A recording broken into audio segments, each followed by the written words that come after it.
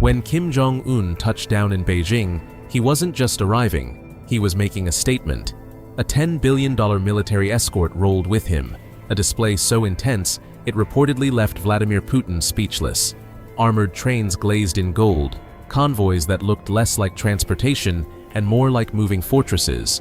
This wasn't just a diplomatic visit, it was a clear message of power and warning. Stick around until the end to uncover the secrets hidden inside this unstoppable fortress and see how fear and luxury have become the pillars of Kim's empire. If you want to understand the real power behind the headlines, make sure to like this video, subscribe to Zenith, and turn on notifications. Let's begin. When power rolls in, Kim Jong Un's unforgettable military escort in Beijing.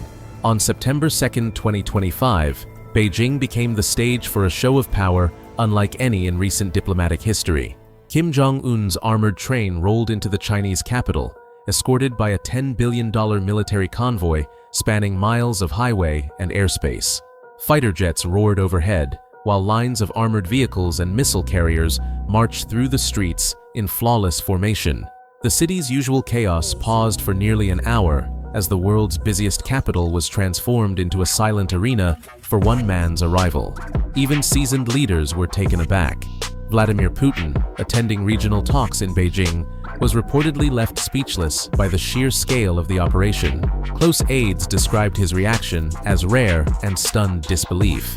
Known for grand displays himself, Putin called the escort an excess beyond military reason, a comment that quickly spread through diplomatic circles. This wasn't mere ceremony, it was intimidation dressed as spectacle. Kim wasn't here to negotiate. He was here to remind the world that isolation doesn't mean weakness.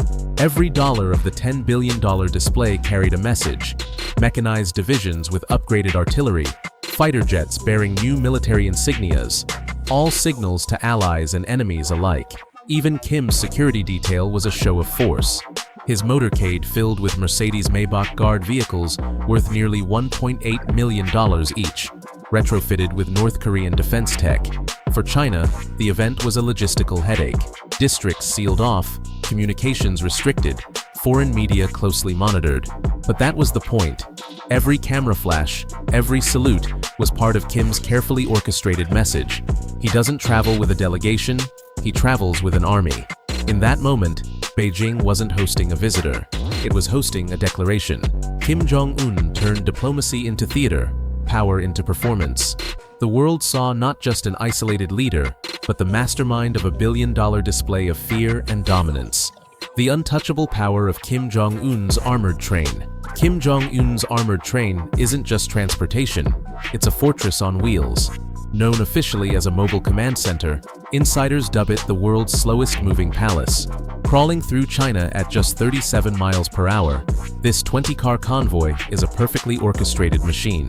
Each car has a distinct role, some for military command and communication intercepts, others for sleeping quarters, fine dining, and armed guards. Built tough, the train boasts reinforced steel and bulletproof glass, making it nearly impervious to attacks. To keep Kim's location secret, a nearly identical decoy train runs miles ahead, confusing any observers. Inside, the contrast between extreme luxury and heavy security is striking. Gold leaf accents and imported Italian leather adorn the interiors, while the main conference suite holds a $1.2 million encrypted communications setup, allowing Kim to stay connected with Pyongyang's military at all times. The dining car rivals a top-tier restaurant, staffed by chefs flown in from North Korea's elite culinary academy. Guests dine on lobster, Wagyu beef, and sip Bordeaux wine priced at $3,000 a bottle. Kim's private study, with custom gold-embossed laptops, reflects a leader who rules while constantly on the move. Security around the train is just as sophisticated. Borders clear hours before arrival, armed guards are stationed every half mile, and radar units patrol the airspace alongside anti-drone systems and military helicopters. Signal jammers prevent any tracking or electronic interference, while the train's air filtration is designed to withstand chemical or biological threats, highlighting Kim's constant fear of invisible dangers. But this train is more than a vehicle, it's a symbol. It portrays a leader who defies geography, governs from motion, and commands respect behind layers of steel and glass. Each metallic rumble as it inches toward Beijing isn't just a journey, it's a carefully choreographed statement of power, control, and untouchability. Dynasty in the spotlight. Kim Jong Un's debut in Beijing. Amid the armored convoys and military salutes, one figure stood out: Kim Jong Un's young daughter, Kim Jong Un. Her presence was no accident. It was a carefully planned political message disguised as a family moment. Stepping off the train beside her father, Jong Un was instantly photographed, becoming the unexpected face of North Korea's future. Around 11 years old, she wore a navy coat with silver buttons and designer shoes worth over $3,000, items smuggled through diplomatic channels to send a clear signal. North Korean media called her the shining future of the Republic, a title never before given to any of Kim's children. Within hours, her image spread across China, Russia, and other Asian countries, positioning her as the heir apparent. Experts say this move blends dynastic symbolism with diplomacy, turning a state visit into a public rehearsal for succession. Every detail, from her subtle smiles to the way she observed military parades, was choreographed to project leadership. Beijing even adjusted its protocol, preparing an expensive private suite for her at the Diaoyutai State Guest House, decorated with ivory and silk banners symbolizing prosperity and continuity. By the end of the visit, Jong Un featured in more official photos than many senior North Korean officials. Her poised demeanor made it clear this was more than a family trip. Kim Jong Un was quietly unveiling his successor, using the stage of international diplomacy to announce the next chapter of his secretive dynasty. The Invisible Fortress, Kim Jong Un's extreme biological security. Wherever Kim Jong Un goes, an unseen force follows, not armed guards, but specialists wielding gloves, filters, and ultraviolet scanners. Known as the Biological Defense Unit, their mission is absolute: erase every trace of the leader's presence, down to the last microscopic particle.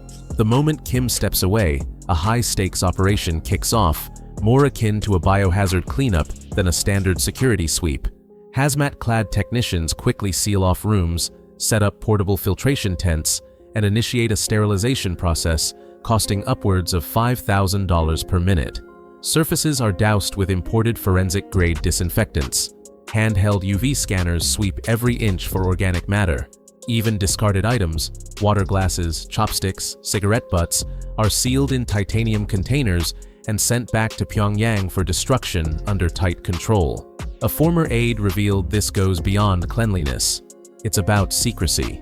Every scrap of Kim's biological material, saliva, skin cells, is treated as a top-tier national security asset. Intelligence experts believe Kim fears foreign agencies could harvest his DNA to uncover health issues or family secrets. The equipment includes portable genome scanners worth millions, imported discreetly from European suppliers. Their sole purpose? Confirm that no trace of genetic material remains. Air filters are swapped after each event and securely discarded in undisclosed locations. During Kim's 2025 Beijing visit, officials witnessed North Korean technicians, overseen by Chinese security, perform a 40-minute full sterilization of the train's meeting hall immediately after departure. The next delegation was delayed, fueling whispers of an invisible ritual practiced with religious precision. To outsiders, it may seem extreme, but for Kim, it's routine. A chilling symbol of a regime where fear fuels every protocol, where power is guarded not just physically, but at a molecular level. Engineered loyalty, the Supreme Guard's luxury and control protecting. Kim Jong Un is more than a job. It's a lifelong commitment to a grand performance. At the core is the Supreme Guard Command, a force nearing 100,000 soldiers, tasked not only with shielding a leader, but sustaining the legend that surrounds him. Their role far exceeds standard security duties. They operate a complex system of loyalty, constant surveillance, and calculated spectacle, where flawless precision is expected, and even a moment's doubt can lead to severe consequences. Each member undergoes intense scrutiny, with background checks reaching back 3 generations to ensure political purity and absolute allegiance. Those who pass gain access to exclusive lives far removed from most North Koreans, living in secured compounds equipped with gyms, imported electronics, and generous stipends that far surpass average wages. Their uniforms are both functional and symbolic. Tailored Kevlar-infused tactical suits, worth $25,000 apiece, signal their elite status. Weaponry is customized and smuggled undercover. Swiss optics, modified Russian pistols, and encrypted communication systems designed in partnership with Chinese defense firms. Yet, the most striking element of the Supreme Guard is their choreography. Every public appearance with Kim is tightly scripted, down to the angle of each soldier's step. The outer ranks blend with the crowd, while the inner circle forms a living barrier that shifts in harmony with his movements. When Kim walks, a synchronized group of 50 soldiers forms a diamond-shaped perimeter that flexes fluidly as he turns or greets visitors. This is less a security tactic and more a ritual, a symbol of power refined over decades. Within government buildings, they dominate every hallway. Surveillance teams watch generals, ministers, and guests alike. Loyalty is constantly rewarded with luxury. Imported watches, cars, and apartments valued over $300,000, clear reminders that their status depends entirely on their closeness to Kim. A defector once described this system as a golden cage, glittering and luxurious inside, but suffocating and dangerous outside.